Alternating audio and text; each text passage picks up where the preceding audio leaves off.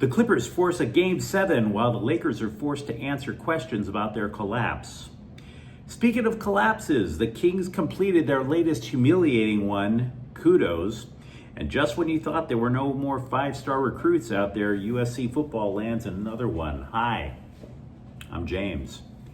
And this is your daily dose of sports and snark for the greatest sports city in the world, Los Angeles.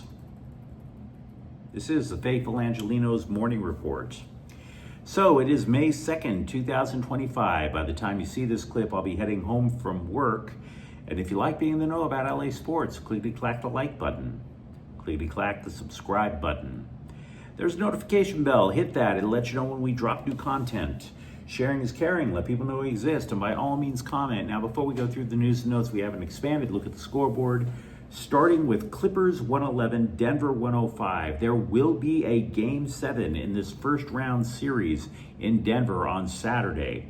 Now, the two things that the Clippers needed to happen in order to survive did. First, James Harden did show up with a game-high 28 points. Kawhi Leonard added 27, Norman Powell 24. The Clips can be extremely formidable if those three behave like you'd expect a big three to behave. Secondly, Jamal Murray receded back to the norm, scored over 40 in Game 5, this time all the way down to 21. Now for the Clippers, the point is really simple. Those three have to keep the Nuggets guessing as to where the open shot's going to be. And then the Clippers have to stop someone from completely going nuts, whether it's Murray or Nikola Jokic. Either way, Game 7 on Saturday. Here's somewhere you're not going to get a Game 7. Edmonton 6, Kings 4. Edmonton rallied from an 0-2 series deficit, won 4 in a row, and eliminates the Kings for a fourth consecutive year. And this is why I was never confident in the Kings in the first place. Understand, I'm a lifelong fan of the team, going back before the Triple Crown line. I just had no confidence in these guys. I predicted this before the season started. Another first round matchup with the Oilers, predicted that. And it didn't matter that they finished this regular season with a franchise record in wins. Didn't matter that they did it with Drew Doughty on the shelf for much of the year. LA is about championships. Nothing changed. Nothing. And Jim Hiller, terrific regular season. But you can be damn sure arguing that when he challenged a goal in Game 3, a challenge that had no chance of succeeding, Edmonton used the resulting power play to take a lead, and that was all the momentum boost that the Oilers needed. Never heard from the Kings again. And in a few moments, we'll talk a little more about them. By the way, today the Dodgers are playing at Atlanta at 4:15. Angel City is at Washington at 5. And now let's get to the news and get back to the Kings. If the Kings move on from Rob Blake as general manager, and for the love of Dave Taylor, please do.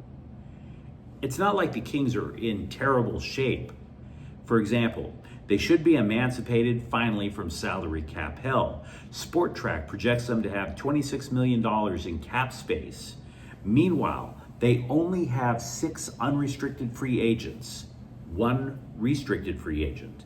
And I think of that group, the only one that is must keep is defenseman Vladislav Gavrikov.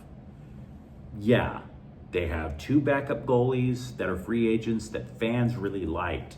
But if there's one place the Kings enjoy prospect depth now, it is in net.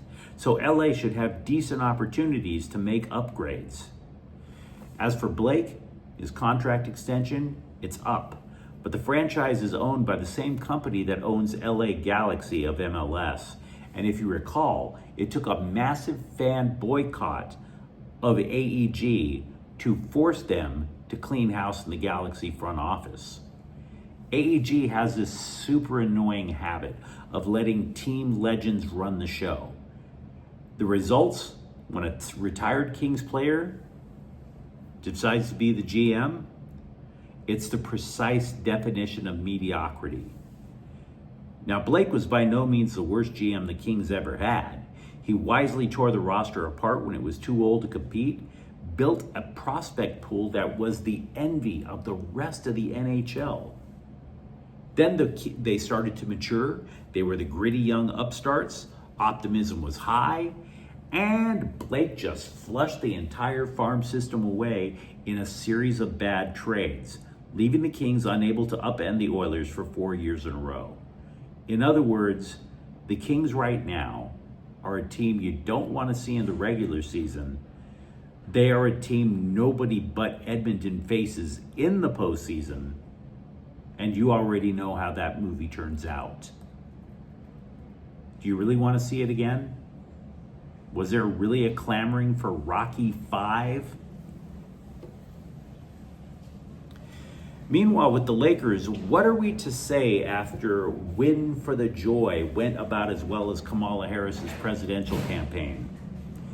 Lakers brass yesterday went to the scribes, and there were two things to take note of. One, GM Rob Pelinka confirmed what we talked about in yesterday's clip, that the priorities are a center and another wing. Not that we're Nostradamus over here, it was kind of obvious after watching that series. The Lakers made Minnesota's Rudy Gobert look like Hakeem Olajuwon out there. Second thing to take note, JJ Redick didn't go Karen on the scribes and march out in a huff again. So maturity, it comes in baby steps, guys. Also with the Lakers, Shams Charania of ESPN is reporting LeBron James is expected to play for the Lakers next year. Did he have sources to this report? No. All we have is wish casting. He is deducing that LeBron is wanting his other son, Bryce, to be with the Lakers as well. Bryce will be NBA draft eligible in 2026, and LeBron would want to force yet another one of his offspring on us, like Will Smith did with his kids. Yes, I am suggesting that Bronny James is the Jaden Smith of the NBA. Deal with it. Look, I think the odds of James retiring this summer are slimmer than Ariana Grande. It's hard to walk away from a $50 million contract and a chance to get another ring. But let's be real. My opinion is about as valuable as any other blowhard you see on cable TV. I'm guessing once USC football hit 20 or so recruits, many of those recruits from California, Lincoln Riley and Chad Bowden were like, what the hell? Let's shoot for the East Coast now. Even if they try to stab us in the back again, we've got all these other dudes in place. Let's just shoot for the moon. So, USC did that. They added 2 players yesterday, headed by 5-star offensive tackle Kenyi Pepe of Bradenton, Florida. 6'7", 320 pounds. Pepe has been described, quote, as a technically advanced corner protector with the desired size and agility, unquote. He is the second 5-star commit in the recruiting class of 2026, the 6th offensive lineman. Then the Trojans decided to add 3-star wide receiver Roderick Tizeno from Louisiana. And again, I hear you. I remember this from last year. These guys are all East Coast kids. And the last recruiting cycle, the Trojans were knifed more often than a victim of the Manson family by those kind of players. But I think the idea remains. They've added so many from the West Coast that they've bulletproofed the class. And to repeat, USC has the top-ranked recruiting class for 2026. Meanwhile, over at UCLA, they obviously had tons of gaps on the roster at the end of the season. The headlines came from landing a big-name quarterback, we all knew that, but underneath that sparkle, Deshaun Foster told the LA Daily News that he's kind of happy with how the Bruins' offensive line is developed. Quote, "We got bigger up front like we wanted to. We added depth. Guys are competing. There's going to be competition in all 5 spots. You have to compete if you want to be an elite football player," unquote. But here's the downside, guys. Competition in all 5 spots sounds like he doesn't know who the hell's going to start. which means the offensive line could be built from scratch. Don't get me wrong, there's plenty of time to try to find some cohesion there. But let's not overplay our hand here, guys. Let's not overplay the hand. Behold, now is the time for your daily Dodger injured pitcher update. Michael Kopech and Blake Trinan both transferred to the 60-day injured list. So then the Dodgers decided to go out and do Dodger things, which is to buy an arm. Ryan Lautos from St. Louis is coming over. They also claimed J.P. Fireeisen, who was put on waivers by Arizona. Now, the latter did pitch in L.A. back in 2023. Either way, these moves make sense because even Dave Roberts, for all the denials that you're hearing from the coaches and the front office about taking every Dodger pitcher and smashing their arms with a sledgehammer, Roberts realizes that leading the majors in relief innings is not sustainable. Quote, pitching is certainly volatile. We experienced it last year and essentially this year. That's something when you're talking about the long season. The starters are built to be able to take those innings down. So that's where my head is at, as far as trying to make sure we don't redline these guys in the pen, unquote. And then Roberts was asked about Mark Pryor's job as pitching coach, and he went,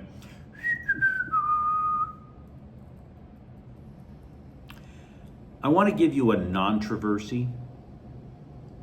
UCLA basketball has backed out of the CBS Sports Classic. Never mind the fact that there's nothing at all that's classic about a made-for-TV event. It's not even a tournament where a winner gets a glorified bowling trophy, for Pete's sakes. Look, athletic director Martin Jarmon said it was to give the basketball program flexibility, maybe play more home games. But let's be real, the deciding factor is not wanting to have a couple of more games at Pauley Pavilion. The deciding factor is to not be on another 6-hour cross-country flight. I think we can all recognize that. And as someone who flies as many as 4 times a week, I can totally empathize. They're not going to miss this classic. Dejan Joveljic is one of the great regrets, arguably the greatest regret of the Galaxy offseason. You know, if you've ever seen the movie Meet the Millers, there was a dude who got a no regrets tattoo. And the Galaxy have all the regrets if you look at the way their season started, particularly by letting one of their top scorers go. The guy said he wanted to be the future of the franchise. He went from a super sub to a guy who scored the game winner for LA in MLS Cup. And due to salary cap restraints, he was shuffled off to Kansas City. What are you going to say? Quote, finally everything paid off. It was an amazing journey and we finally won it. To be honest, we had a great team last season. We did some amazing things. We didn't lose a game at home, which is an amazing achievement. After that, I felt that I need something more, unquote. Now, you don't have to be Nico Iamaleava to know what more meant. He wanted more money. But can you blame him? His wife is expecting their first child, and the MLS salary cap has more restraints than a BDSM superstore. The player spoke about Sporting's upcoming match against his former team Sunday. He says there's no hard feelings. He knew the salary cap when everything was going down. And he even said something that was kind of interesting. When he was with the Galaxy, whenever he would score, he would plot up some crazy celebration. But if he scores against his old team, he said he'll be respectful. He doesn't want to rub it into his old pals. But you let me know what you think in the comments thread. Talk to me about the Clippers reaching a Game 7, or for that matter, the Lakers and the Kings both face planting. And if you enjoyed the content, don't forget to subscribe to Faithful Angelenos. We talk LA sports every single day. And thank you for watching. I'm James. We'll be back tomorrow. Faithful Angelenos is a Kian Portel Queso production. Take care.